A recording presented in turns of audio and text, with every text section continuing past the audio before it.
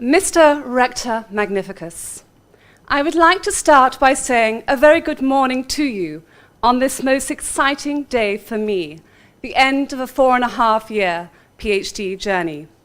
Thank you indeed for being here as I defend this important and life-changing piece of work.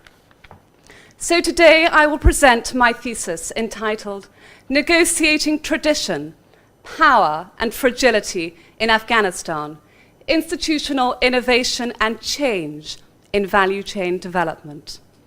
As a passionate development practitioner, this thesis began its original journey at the intersection of the value chain and livelihoods debates in endeavoring to unwrap market processes for poorer groups. Yet in traversing the wider literature, the thesis finally found its rightful and exciting intellectual home in the heart of the institutional discourse. This is where the essence of core debates on actors and context reside, spanning across several disciplines, including economics, sociology, psychology, and development studies. In this opening speech of my defense, I would like to address 5 key areas. Why my thesis is relevant, my research objectives and questions, my research methodology, the key findings of my research and their theoretical significance, and finally, new questions that were triggered. So firstly, why is my thesis relevant? Paraphrasing the economist Giovanni Dossi, after all, the ways that economic activities are organized and the ways that they link up with other institutions provide crucial ingredients of the whole social fabric. And thus, in understanding them, we can better appreciate how contemporary democratic systems work and ways to preserve and defend them.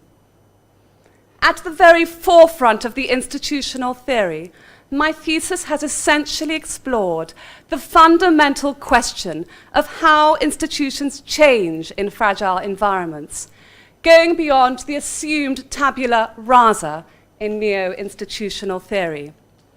Specifically, my work adds empirical evidence to a largely theoretical debate on institutions, including work by Douglas North, Ha-Joon Chang, Jeff Hodgson, Eleanor Ostrom, as well as the economic sociologist Jens Beckert. And unusually, my thesis examines institutional change through the lens of a social institution, women's purdah. Further to this, my thesis expands upon the frontier of the institutional theory in elaborating the dynamics of nested institutions, adding new depth to the institutional change process, and highlights nuanced institutional outcomes and their implications for local economic development. And finally, for the field of development, my thesis provides crucial lessons for fragile states and inclusive market development, indicating key drivers of socio-economic change. So in exploring institutional change, what were my research objectives and questions? My research aimed to examine a gap in the institution's discourse in understanding how existing social, cultural, and political institutions influence the construction of new institutions in enterprise and how this affects value chain development. With a focus on the interaction of structure and agency, the research looked in particular at the uncertain role of actors and networks in the less formal and fragile context of Afghanistan. My main research question was framed as follows: how do entrepreneurs and their networks navigate existing institutions and negotiate with power holders to reshape the rules of the game in institutional construction? And to what extent does this influence the emergence of new value chains in Afghanistan? Unwrapping this, my sub-questions look specifically at the process of institutional change and development, the roles of key actors and conditions, and the emergence of dominant entrepreneurs and related institutional outcomes. So how did I go about answering these questions? In vein with my critical realist epistemology and the exploratory nature of my research, I took a qualitative case study approach to gain deeper insights into these less-known research phenomena.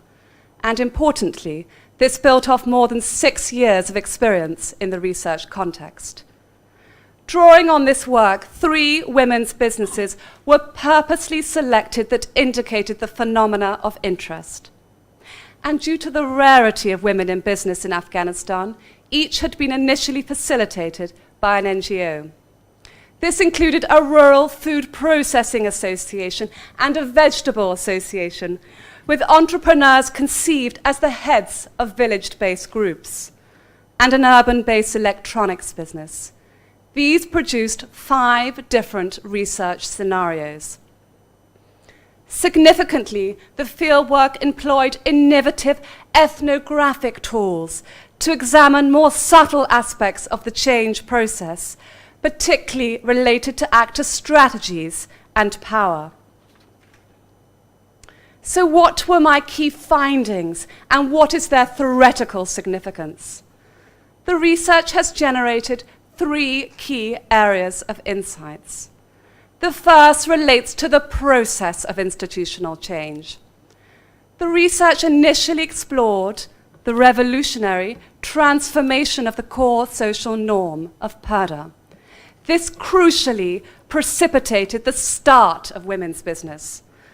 The research then examined the subsequent development of enterprise institutions, or rules, including internal routines, rules related to production, chain rules, rules related to external marketing, and finally, collective action rules, or rules related to collective marketing and exchange.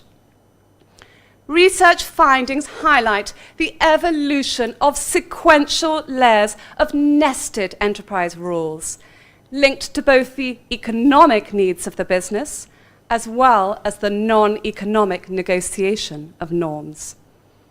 I coined the term institutional ripple effect to describe change to lower-level social and cognitive institutions, triggering upward change in enterprise institutions.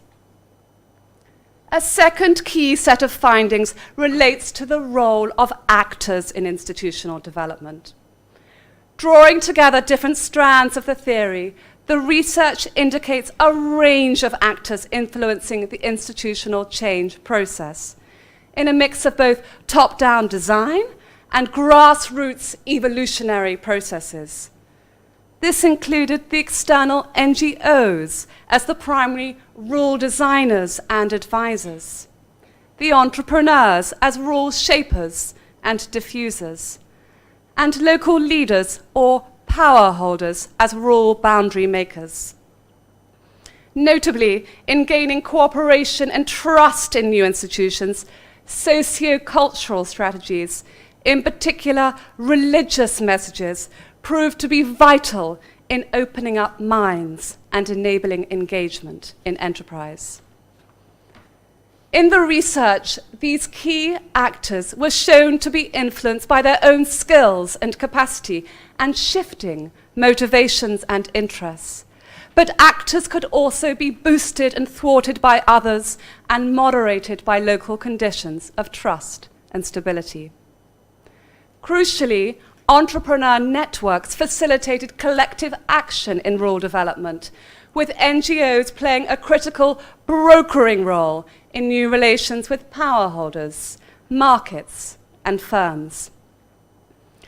Yet the third, and arguably the most important set of findings, relates to the link between entrepreneurs and institutional outcomes. In fragile environments, dominant entrepreneurs and their allies have been shown to generate patterns of institutions, driving institutional pathways and emerging value chain development.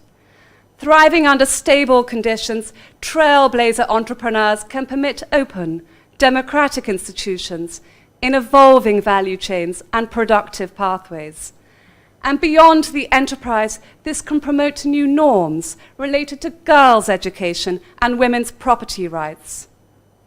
Trailblazers may also emerge under less favorable conditions, yet this constrains their endeavors, leading to unproductive pathways.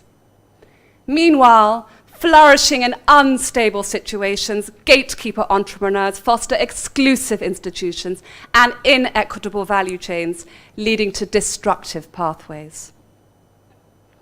Reflecting upon these findings, insights for successful rural development include the critical role of outsiders, such as NGOs, as institutional innovators, the need for local reshaping by entrepreneurs, and gaining the support of local authorities, and ultimately attaining cognitive synergies between these players in a receptive and stable local context.